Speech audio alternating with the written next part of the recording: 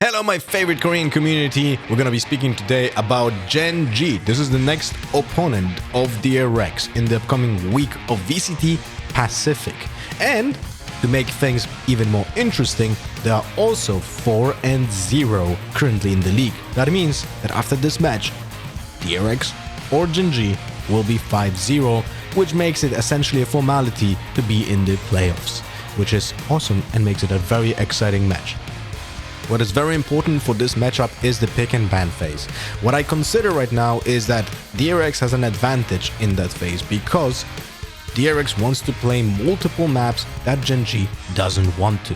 So Gen G will have a problem with banning the proper maps because they banned Icebox in the past, they banned Haven in the past, banned Ascend in the past, banned Pearl in the past. They also didn't play a single split, and in general all of those maps are the ones that DRX wants to play, which means that Gen G will be in a spot when they will be forced to play something that DRX wants to. And probably what we're gonna end up happening is we're gonna see Haven unless DRX would like to surprise ban this map, but in general it's still a very interesting pick and ban phase to see what is gonna be the outcome. One thing that we have to remember though, just look at this graph.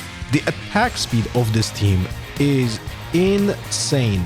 Most of its plants are happening on 20th second right here. This is the 20th second of the round, which is super fast, and this is happening on every map. Ascent, Lotus, Fracture, Haven, Pearl, they want to plant as soon as possible. Because I was speaking so much about Haven, let's take a look how does Haven look like. Super fast plants on B, even on 10th second in the round are happening. They are also very interesting. Look, the biggest amount of kills are happening after they do an execute. That means that even though they might not have gotten a kill or they're meeting opposition, they are not slowing down. That means that they're gonna be aggressively executing towards sites in the first seconds of the round. Doesn't matter if there's a stack on that site or not, which means DRX can set up traps. And traps are very important because they rely on knowing the movement of the opponents. So let's take a look at the minimap.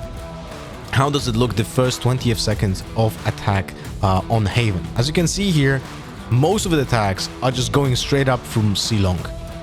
Right, we see that they are just having a lot of pushers towards CT as well in the first 20 seconds, and if the B is being pushed, well, then the Killjoy is playing mid. Actually, Killjoy is playing all the time mid. You know what? Let's take a actually detailed look into that.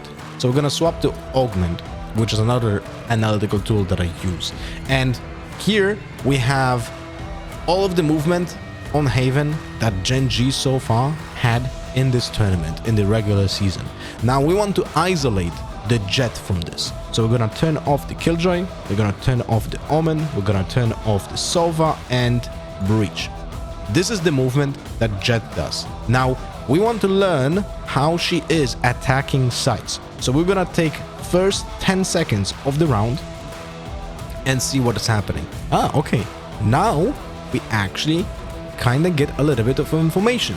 If she's attacking from C long, her pathing is almost always the same, and she's ending up updrafting on the top of the box on C side. Very important information. Let's see if she's in the next 5 seconds. Yeah, look, she is very aggressive towards default. So that's the pattern that she has while attacking C side. You have to expect the push towards default. That means that she's gonna be exposed to any utility there. We can put a nanoswarm on that point. We can use a stun as well after that push and punish the Jet, which is very important to understand. Let's pay attention now what is happening on the other sides. Let's take maybe 15 seconds, maybe 20. So if she's going to A site, she is actually going through long. Sometimes there's a little bit of noise on A short, but remember, this is only 2 maps on Haven played so far. But she is very consistent with the C pushes, but the A pushes almost always go from A long, and the dash is happening either here in this direction or into default. So also you're able to read a little bit more into head positioning. So now knowing this, we know how they do and execute. We can also learn how is the anti-flank playing, which is king. You know that person, right? You do. So, all right, this is we're gonna narrow it down to first 10 seconds. Interesting. So he's mostly playing in area of mid here. He's guarding it from in front of double doors. Look how much movement he has in this spot and in window. Those two spots are his main spots for the first 10 seconds of the round. Let's see when does he start pushing. Next 10 seconds. All right, so we actually can narrow it down. Let's see. Okay, so during the 11th second we're gonna see him push out, which means you can get the timing on that person as well. So when the execute is actually happening from the C side, for example, you can expect the lurker or anti-flank to be still there for 10 seconds in this area, but once the 10 seconds is gone, he's gonna push into double doors or B, which opens up a window of opportunity for the entire team. Remember, this is attack, right? This is attack, and in defense you're gonna see also different behavior. And I think the most important one to counter will be how the opposing Killjoy and Jett will be playing during defense for the first 10 seconds. So let's pay attention to where does the Killjoy play. Typically she's playing on C. That's the most of a positioning, double doors and C. That's pretty standard right now. And let's see now also Jett. And the Jett is actually doubling in bad. Look at this. Elevated positions. That's very interesting pattern. So when you're gonna attack Gen G positions on Haven, you can expect the Jett to be on the elevated positions here on site. This is very interesting to know because that makes you more aware when you're picking corners. You're gonna expect the players in those updraft positions. But also let's pay attention to the minimap on defense from this report, because this also shows us rotations. Oh, look at this, is very interesting. This is early defensive positions. We see that in first 20 seconds there's a lot of over aggressive rotations in this area.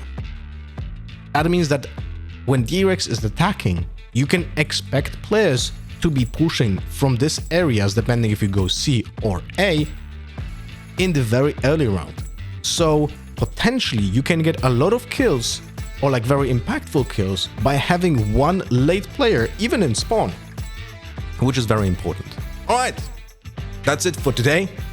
I hope you guys learned something.